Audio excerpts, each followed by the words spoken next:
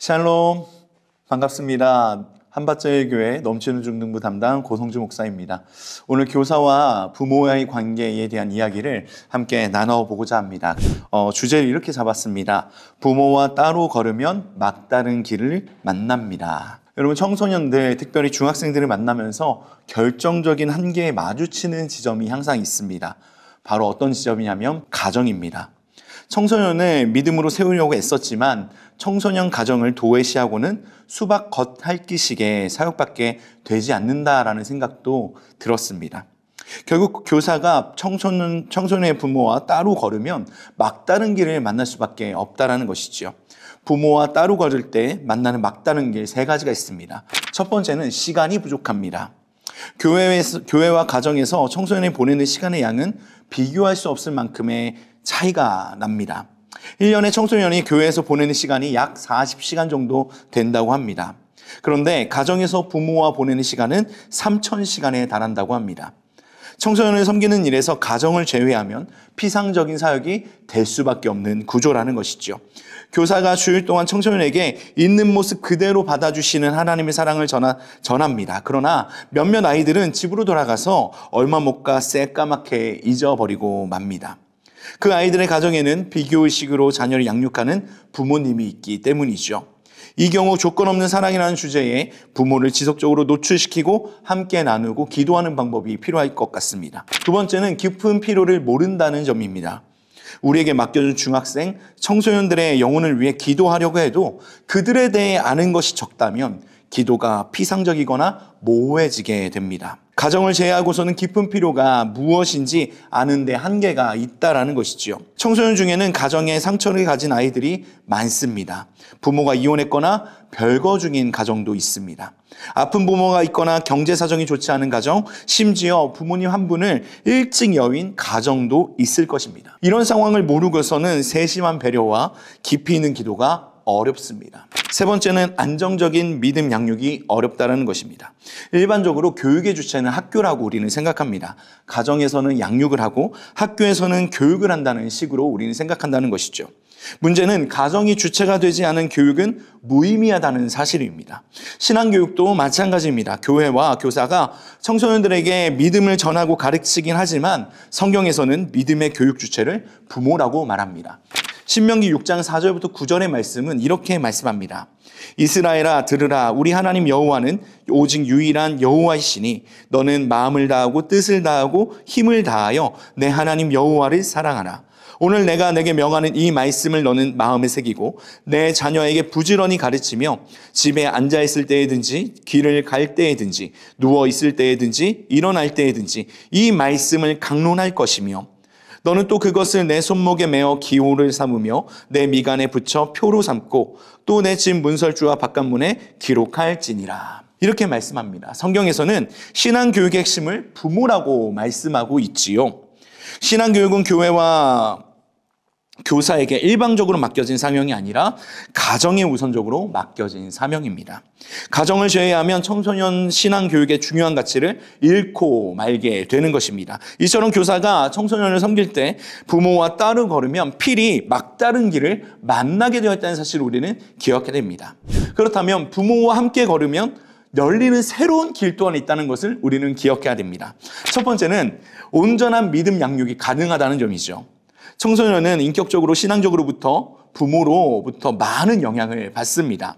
청소년에게 복음을 전하고 그리스도의 사랑을 전하는 일에 부모와 함께한다면 천군 만마를 얻은 셈이죠.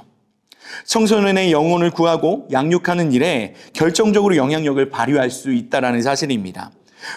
이럴 때 어떻게 이것을 적용할 수 있을까요? 부모님들이 선택특강 강사가 되거나 소그룹 교사가 되어 성경을 가르치는 방식도 매우 좋은 방법일 것 같습니다. 이럴 때 두 가지 긍정적인 변화가 있습니다. 먼저 부모님들이 교사들의 고충을 더 잘 알게 된다는 점입니다. 교사에게 더 깊은 고마움을 느끼고 응원과 함께 재정적인 지원도 아끼지 않을 것입니다. 다음은 중학생 청소년들이 교회에서 아는 어른이 더 많아진다는 사실이죠. 일일 교사로 섬겼던 부모님들은 그때 가르쳤던 아이들을 마주치면 안부 인사를 나누게 될 것입니다. 그렇게 되면 우리 청소년들, 특별히 중학생들이 교회에 아는 어른이 많을수록 교회 정착 확률이 높아지게 될 것입니다. 그런 점에서 굉장히 큰 힘이 될 것입니다. 두 번째는 깊은 필요를 알게 된다는 것입니다. 우리에게 맡겨진 영혼들을 잘 알고 깊은 이해를 하기 위해서는요, 가정과 깊은 소통이 필요합니다. 이 아이가 어떤 아이인지 가정에서는 비교적 정확하게 알고 있기 때문이죠. 또래 집단이나 교사가 보는 모습은 왜곡되어 있거나 부분적일 수도 있습니다. 청소년이 가면을 쓸 수 있기 때문이죠. 한 예를 들어볼까요? 수련회처럼 장시간 집을 떠나는 것을 극도로 꺼리는 한 여자아이가 있었습니다. 주일 예배를 마치면 집으로 가기 바쁜 아이였죠. 이 아이와 함께 시간을 보내고 싶은 교사들은 그때마다 애를 태워야 했다고 합니다. 한 번은 여름 수련회에 이 아이만 빼고 반 전체 아이들이 참석한 일이 있었습니다. 교사가 아무리 설득해도 이 아이는 요지부동이었어요. 그때 그 부모를 통해 이 아이가 어릴 적부터 엄마와의 분리불안이 심하다는 사실을 알게 되었습니다. 이를 계기로 교사들은 이 아이의 분리불안을 위해서 기도하기 시작했습니다. 시간이 흘러 이 아이가 수련회에 참여하게 되자 교사 공동체는 어떻게 됐을까요? 감동과 축제의 순간을 맞이하게 됐다는 이야기입니다. 이때 만약에 가정과 동역하지 않았다면 이 아이는 그저 공동체에 적응하지 못하는 아이로만 인식되었을 것입니다. 마지막 세 번째로는요, 언젠가 꽃피울 믿음의 모태가 된다는 사실입니다. 청소년 부서에서 믿음의 꽃을 피우지 못하는 청소년들이 생각보다 많습니다.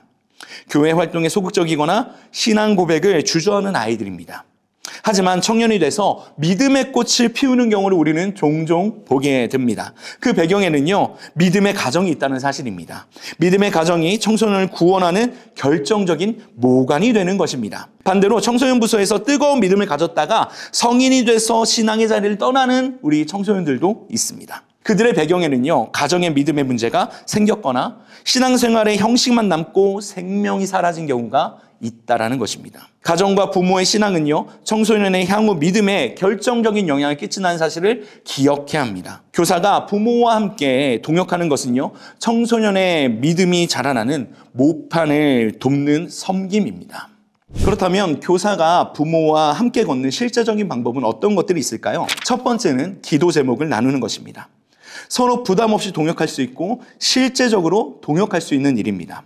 노련한 교사도 잘 모르는 부모와 동역하기 쉽지 않습니다. 더군다나 청년 교사이거나 경험이 많지 않다면 더더욱 어려울 것입니다. 그러나 기도 제목을 나누는 일은 부담이 덜하다는 사실이죠.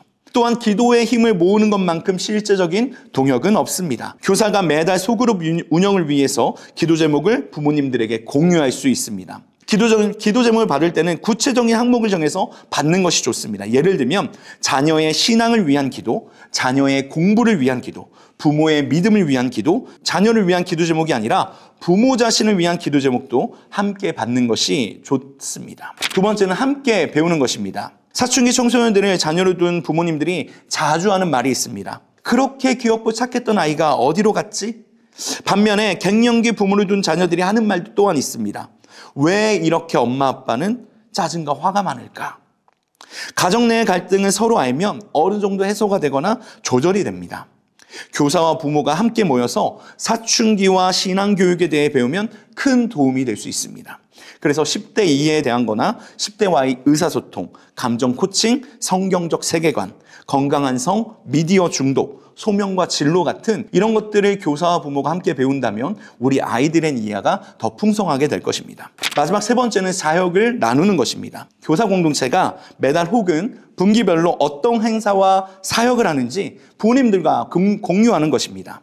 행사의 교육 전략을 함께 알면서 자연스럽게 행사의 목표를 위해 기도하게 할 수 있습니다. 그러니까 우리는 확정적인 것을 통보하기보다는 부모님들이 참여하여서 아이디어를 내거나 의사결정에 동참할 수 있도록 한다는 것이죠.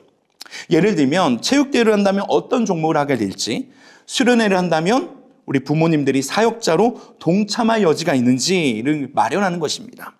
그렇습니다. 부모님들은요, 교회 행사를 위해 동원되는 존재가 아니라 그리스도의 몸에 참여하는 지체라는 사실을 기억하는 우리 선생님들이 되기를 간절히 소망합니다. 우리 부모님들과 관계를 맺을 때 어려운 부분이 있습니다. 첫 번째 케이스는 믿음의 가정임에도 부모님이 세상의 기준으로 양육하실 때, 또한 예배나 수련회보다 공부가 우선일 경우가 분명히 있습니다.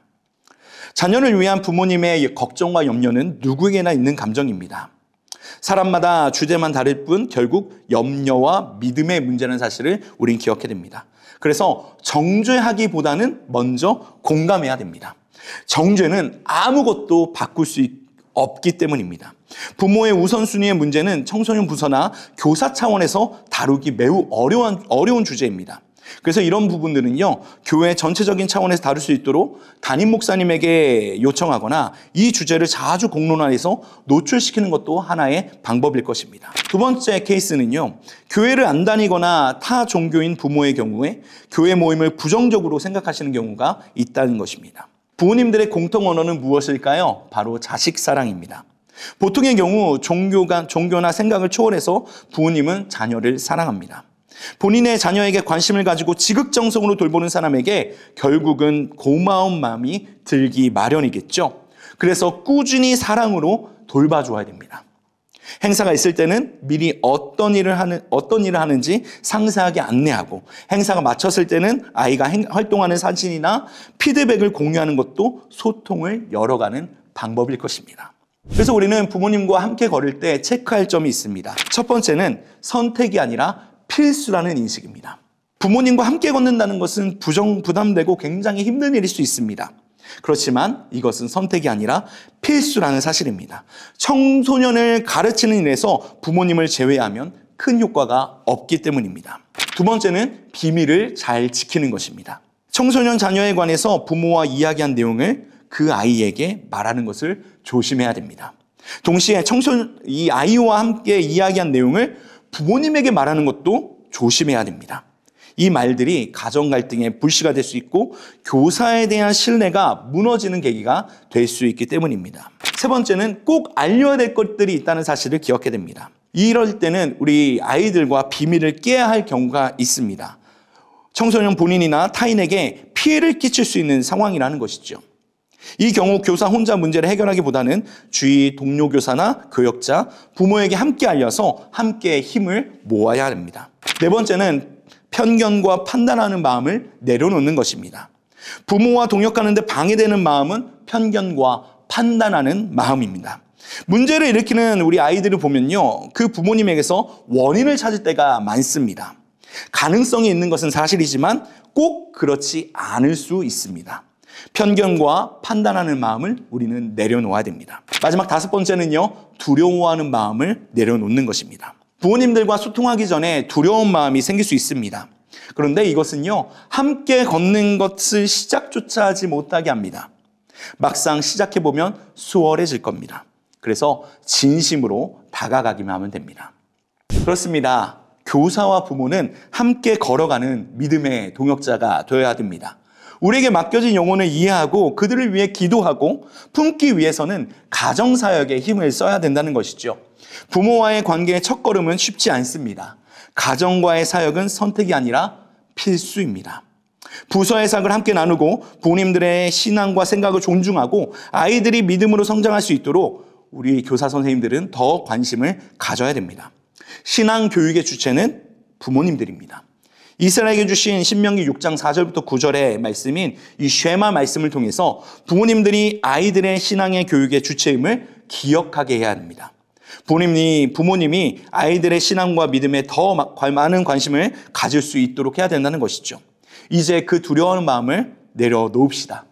함께 기도 제목을 나누고 사역을 적극적으로 부모님들이 관심을 가지고 참여할 수 있도록 부모와 함께 걸어가는 믿음의 교사들이 되기를 소망합니다. 함께 걸어가는 교사, 가정과 소통하고 가정과 함께 걸어가는 믿음의 교사들을 통해서 우리 아이들의 신앙이 자라나고 우리 아이들의 믿음이 더욱더 굳건할 수 있도록 우리 모두 힘쓰시는 선생님들을 사랑하고 축복합니다. 감사합니다.